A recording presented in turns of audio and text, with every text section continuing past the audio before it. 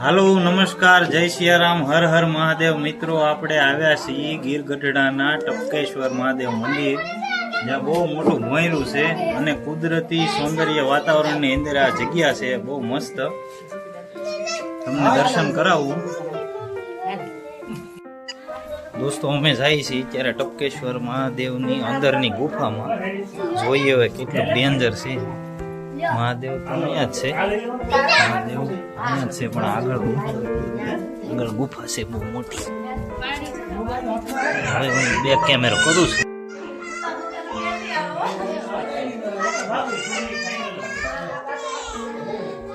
Danger ગુફા છે બાપા. અહીંયા સાઈઝ બહુ ઘટી જાય છે. આ બધું ભીનું ભીનું છે. અત્યાર સુધી અહીંયા વાંકા વાંકા હાલે એવું ગુફા હતી. હવે અહીંથી પછી ઉતા ઉતા હાલવું પડે. આ થોડીક ડેન્જર.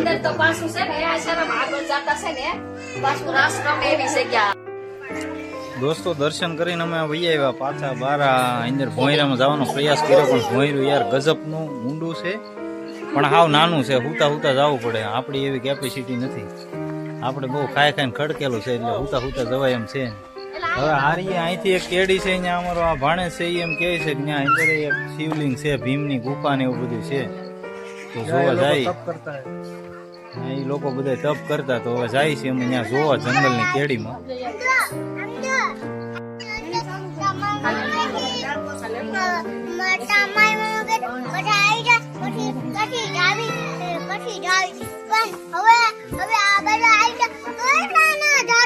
પણ આ જંગલ તો છે, તારે જંગલમાં નતો આવું?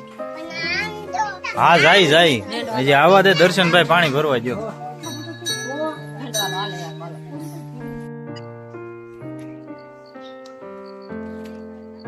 હવે અહીંથી રસ્તો ક્યાં છે એમને કઈ ખબર નથી. આવું બધું છે.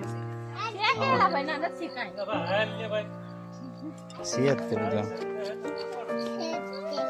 અહીંથી હાલ.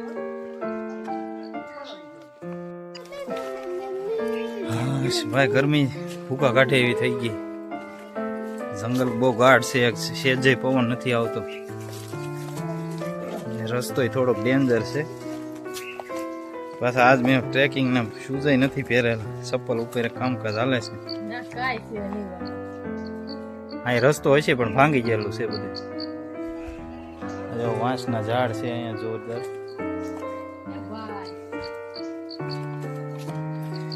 અહીંયા હાલવાની સ્થિતિ ડેન્જર જગ્યા આવી છે.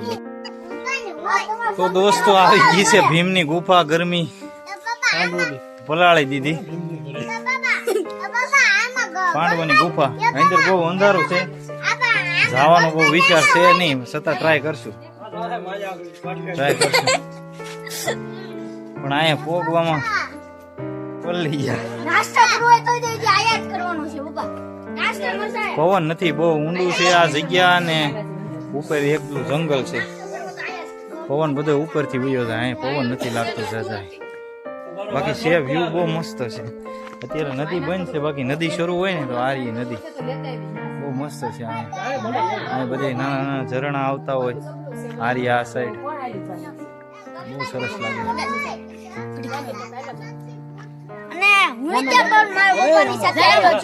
બહુ મોટા મોટા પાણી કાઢતા, તોય તમે ધીમે ધીમે ચાલી ગયા.